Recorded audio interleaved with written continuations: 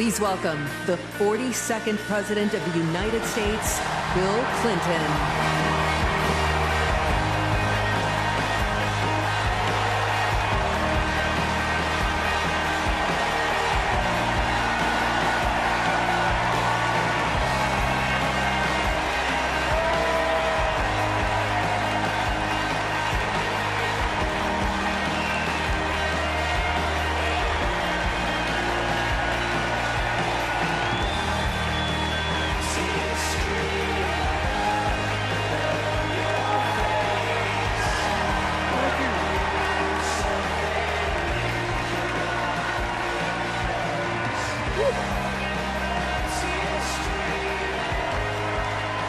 Thank you.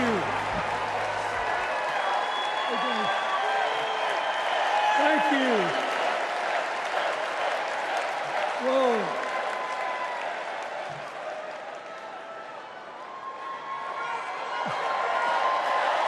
Let me ask you something. After the last 2 days, aren't you proud to be a Democrat? And I am very grateful to the Republicans and independents that have joined us, have been up here on the stage. And I hope they feel better about it now. Because I've seen all these things that even I have to be reminded of from time to time when I get my spirits down. I love seeing the Obamas here. I love seeing President Biden. And I thought Hillary gave a great speech, too. And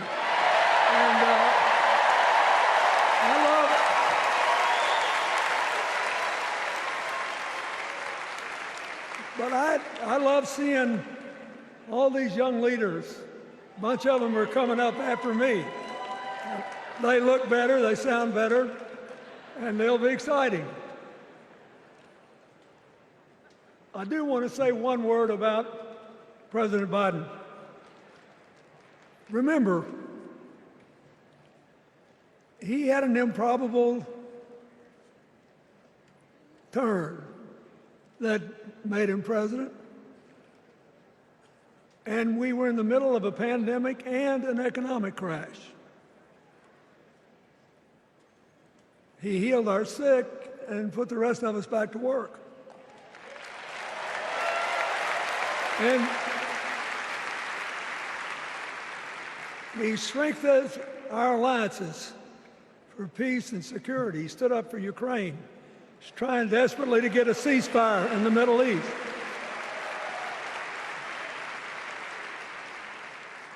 And then he did something that's really hard for a politician to do.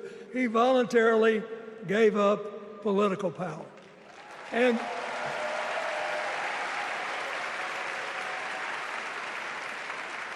George Washington knew that, and he did it. And he set the standard for us serving 2 terms before it was mandatory. It helped his legacy, and it will enhance Joe Biden's legacy. And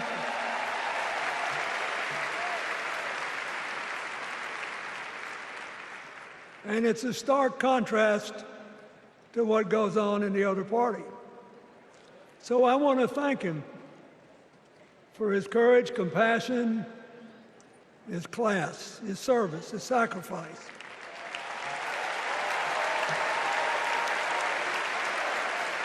Joe Biden, thank you. And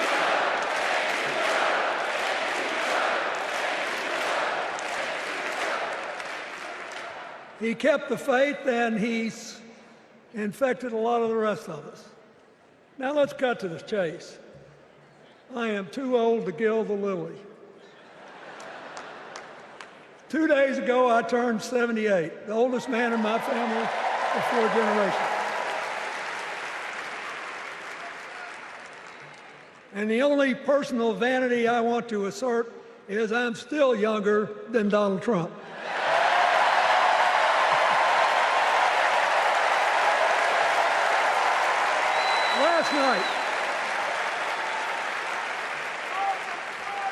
Last night, in what I thought was a very moving series of episodes, we nominated Kamala Harris and Tim Walz. And just think about that. Two leaders with all-American but still improbable life stories. It could only happen here. Their careers, after all, started in community courtrooms and classrooms. Two leaders who spent a lifetime getting the good job done. Now, one of the things that I've noticed over my increasingly long life is that a presidential election is unique in several ways.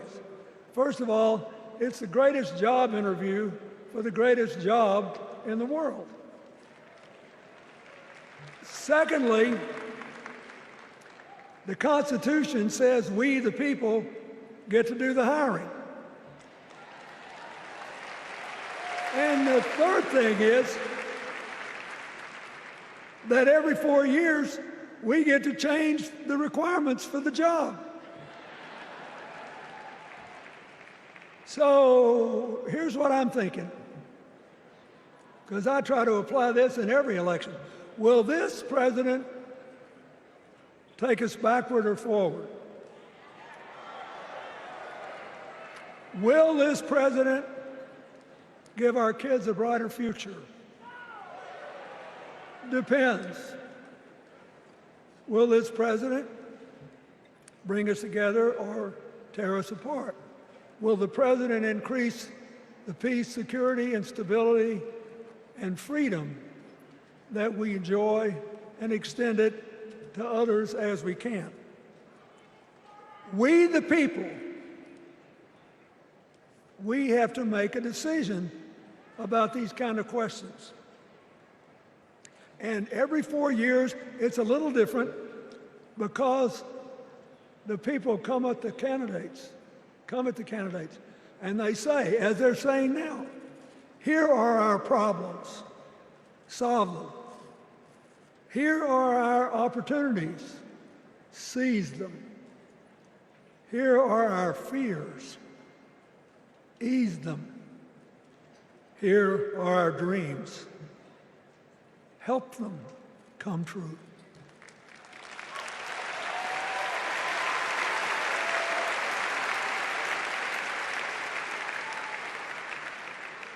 A president can answer that call by saying, I'll do my part, but you have to help me. We have to work together.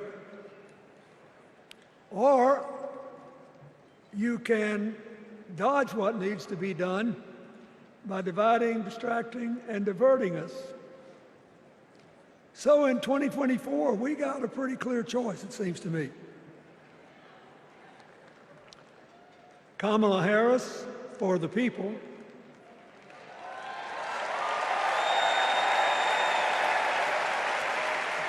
and the other guy who's proved even more than the first go-around that he's about me, myself, and I. I know which one I like better for our country.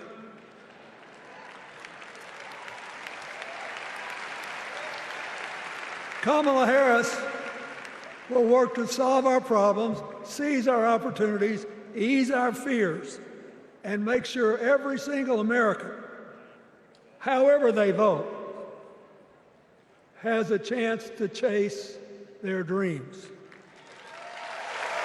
You know, when she was young, she worked at McDonald's. And she greeted every person with that 1,000-watt smile and said, "How can I help you?" Now she's at the pinnacle of power, and she's still asking, "How can I help you?"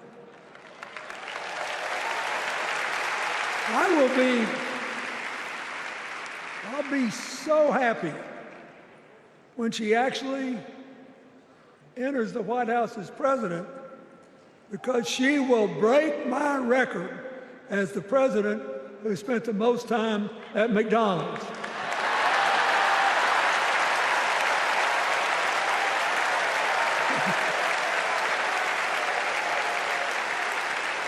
Now, but we got an election to win.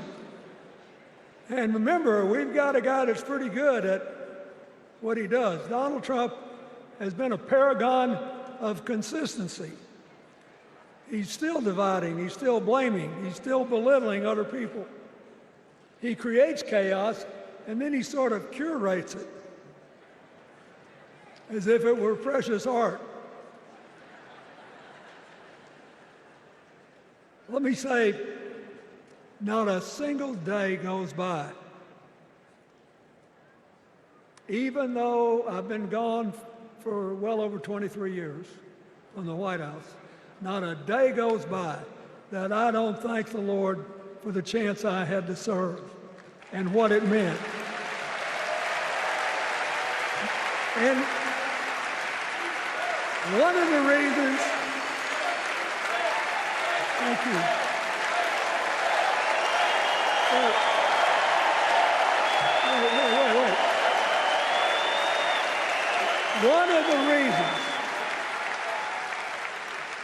One of the reasons I love the job so much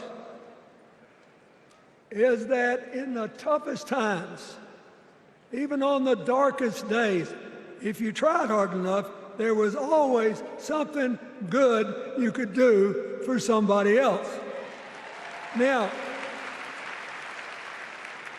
some days that's not easy to do. You've got to deal with all these emergencies, or there's something going on here, there, or yonder. But Kamala Harris is the only candidate in this race who has the vision, the experience, the temperament, the will, and yes, the sheer joy to get something done.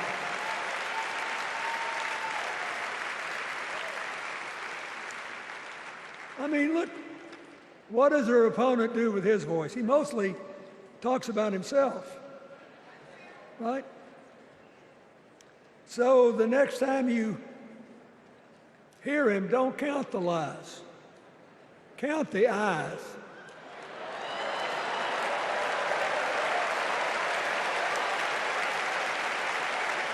Count the eyes. His vendettas, his vengeance, his complaints, his conspiracies.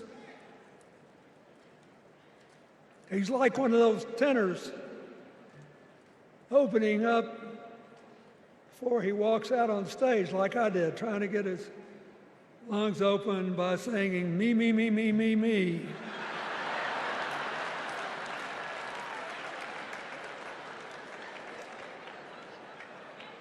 When Kamala Harris is president, every day will begin with you, you, you, you.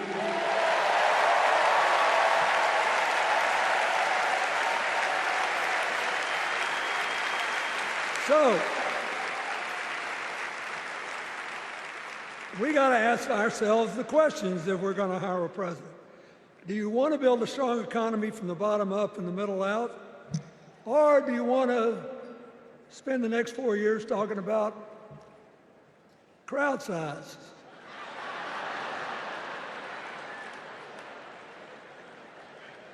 You're going to have a hard time believing this, but so help me, I triple-checked it. Since the end of the Cold War in 1989, America has created about 51 million new jobs. I swear I checked this 3 times. Even I couldn't believe it. What's the score?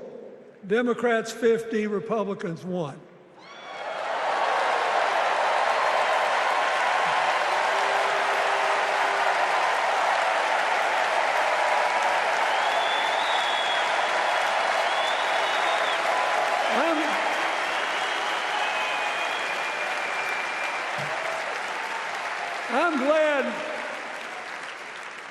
that we've got a championship-winning coach on our team.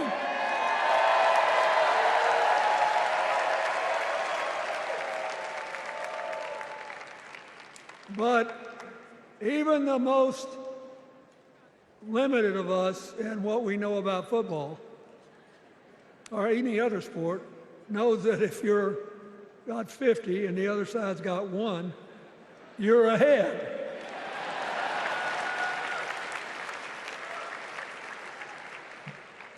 What about affordable housing? It's a terrible problem in America now. We need more. And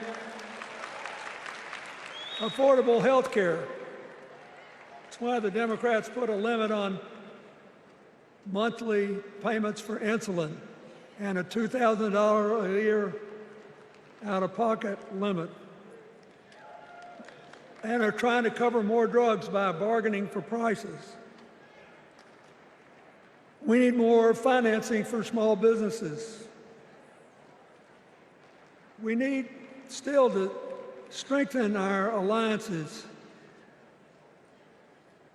I almost croaked in the first debate of this election season when President Trump said nobody respected America anymore like they did when he was president. Wait. And with a straight face. Look, you got to give him. He's a good actor. With a straight face, he cited as evidence of the respect that existed for us when he was there the presidents of North Korea and Russia.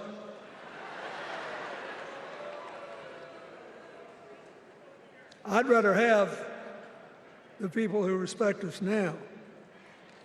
And one of the things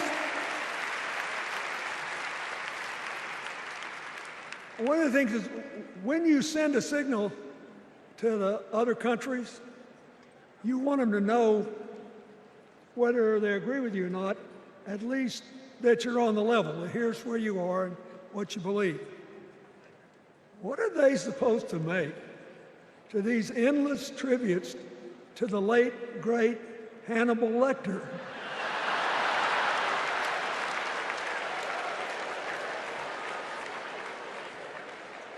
I mean, President Obama once gave me the great honor of saying I was the explainer-in-chief. Folks, I've thought about it, and I don't know what to say.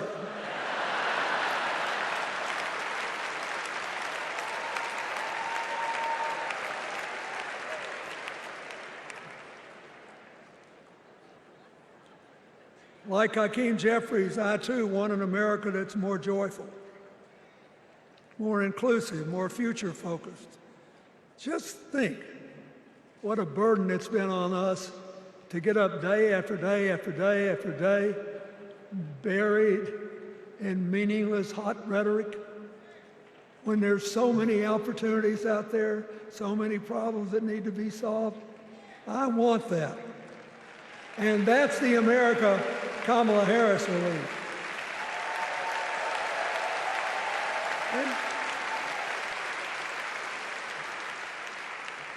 She's already made her first presidential decision, and she knocked it out of the park when she asked Governor Tim Walz to be her nominee for vice president.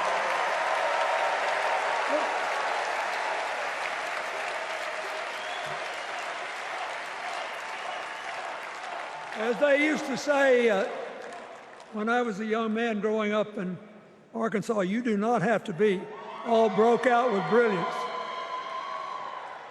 You just look at Tim Walz, listen to him, follow his record as a teacher, as a coach, in the National Guard, as a congressman, where he was the only Democrat, save one, elected in that district in more than 100 years. And he stayed a long time. And then he became a great governor. And by all accounts, he was a crack shot who had the courage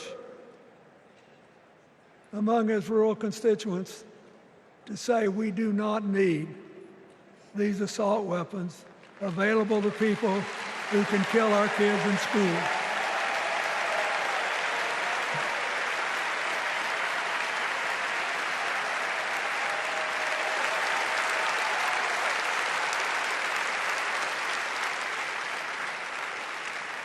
So, armed with her first decision, Kamala Harris confronts an interesting dilemma. We're going to walk out of here feeling pretty good, I think. We've got energy, we are happy, we feel like a load's off our shoulders. And we know we're just being asked to fight the same fight that the forces of progress have had to fight for 250 years.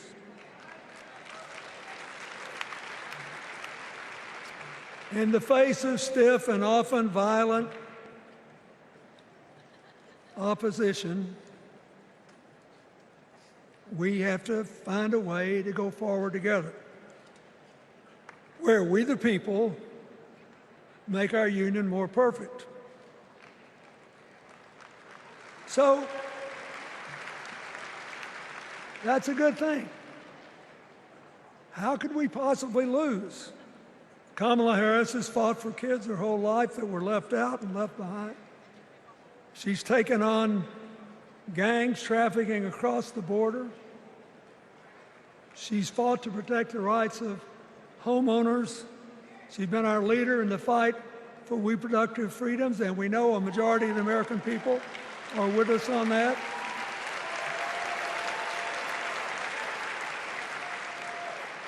And she's gained an invaluable amount of experience as vice president, advancing our values and interests around the world. She's already said she's going to work really hard to make sure that no American working full-time lives in poverty or has to worry about their children living in poverty. She says that we got to make home ownership an achievable dream for everyone, not just a privilege. She said that and this meant a lot to me, that she would protect everybody's right to vote, whether or not they voted for her. They were citizens and they deserved the right to vote.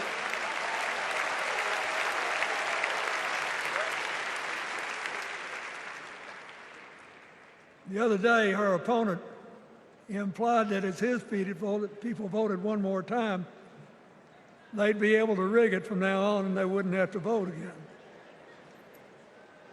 You think they're kidding, but I know a lot of these folks, and most of them are really good people, but some of them think that they are bound to dominate America politically, economically, and socially, and they have to use politics to do it, and they should rig the system.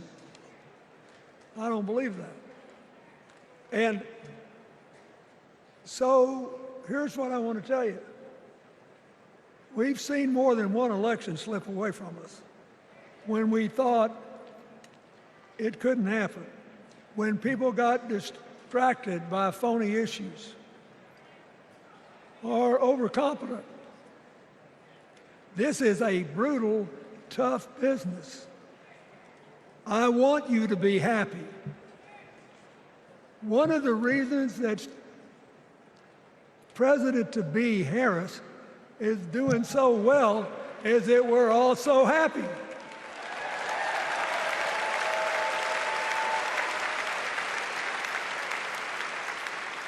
But you should never underestimate your adversary. And these people are really good at distracting us, at triggering doubt, at triggering buyer's remorse. As the Obama said so eloquently last night, They are human, you know. They're bound to make a mistake now and then. We got to be tough. And so,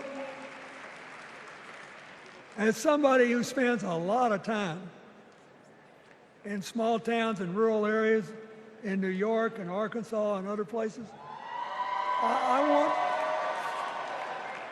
urge you to talk to all your neighbors. I urge you to meet people where they are. I urge you not to demean them, but not to pretend you don't disagree with them if you do. Treat them with respect, just the way you'd like them to treat you.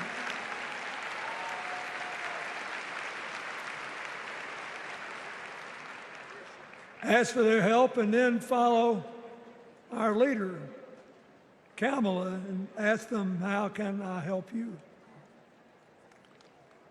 We Democrats right now have a lot of hay in the barn.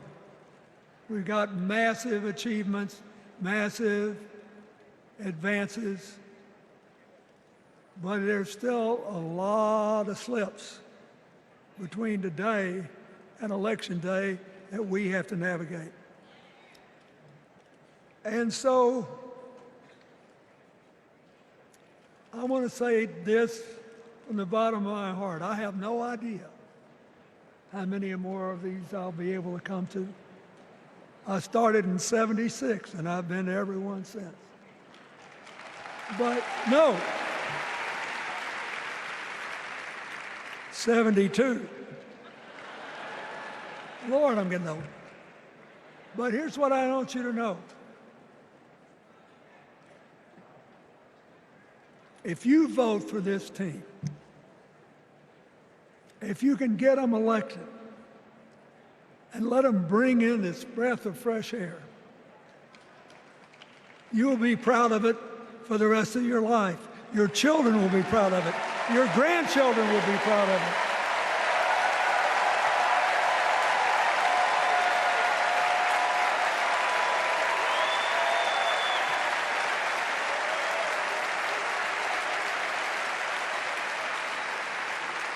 Take it from a man who once had the honor to be called in this convention the man from hope. We need Kamala Harris, the president of joy, to lead us. So,